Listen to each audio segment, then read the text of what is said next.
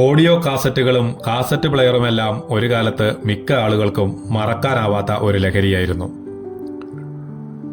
ഇഷ്ടഗാനങ്ങളടങ്ങിയ cassette സ്വന്തമാക്കാൻ നാട്ടിലെ cassette കടകൾ കയറിയിറങ്ങുമായിരുന്നു.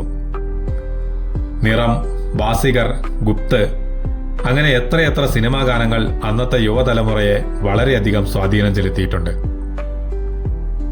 ഒറിജിനൽ കാസറ്റ് കിട്ടിയില്ലെങ്കിൽ ഇഷ്ടപ്പെട്ട പാട്ടുകൾ കോപ്പി ചെയ്തെങ്കിലും സ്വന്തമാക്കുമായിരുന്നു. എത്രയും പെട്ടെന്ന് അത് കേൾക്കുന്നതിനായി ധൃതി പിടിച്ച് വീട്ടിലെത്തും. അന്നത്തെ കാലത്ത് മിക്ക വീടുകളിലും അസംബിൾ ചെയ്ത ഡെക്ക് സെറ്റുകളോ കാസറ്റ് പ്ലെയറോ ഒക്കെ ഉണ്ടാവും. ചില ആളുകളുടെ കൈവശം വിദേശ നിർമ്മിത മ്യൂസിക് സിസ്റ്റം ഉണ്ടാവും. കറണ്ട് കണക്ഷൻ ഇല്ലാത്ത വീടുകളിൽ 12 വോൾട്ടിന്റെ റീചാർജബിൾ ബാറ്ററിയാണ് ആശ്രയം.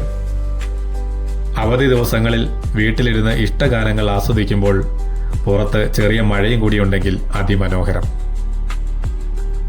ഓഡിയോ കാസറ്റുകളും ടേപ്പ് റെക്കോർഡറുമെല്ലാം ഇപ്പോൾ വെറും ഓർമ്മകൾ മാത്രമായി. എങ്കിലും ആ കാലഘട്ടത്തിലൂടെ കടന്നു വന്നവർക്ക് ആ പഴയ അനുഭവങ്ങൾ മറക്കാനാവില്ല. ഇത്തരം നൊസ്റ്റാൾജിക് അനുഭവങ്ങൾ നിങ്ങൾക്കുമുണ്ടെങ്കിൽ അത് കമന്റ് ചെയ്യുമല്ലോ. എല്ലാവർക്കും ആ പഴയ അനുഭവങ്ങൾ വീണ്ടും ഓർമ്മിക്കാമല്ലോ. ബൈ. സന്തോഷ് കല്ലുപറമ്പിൽ.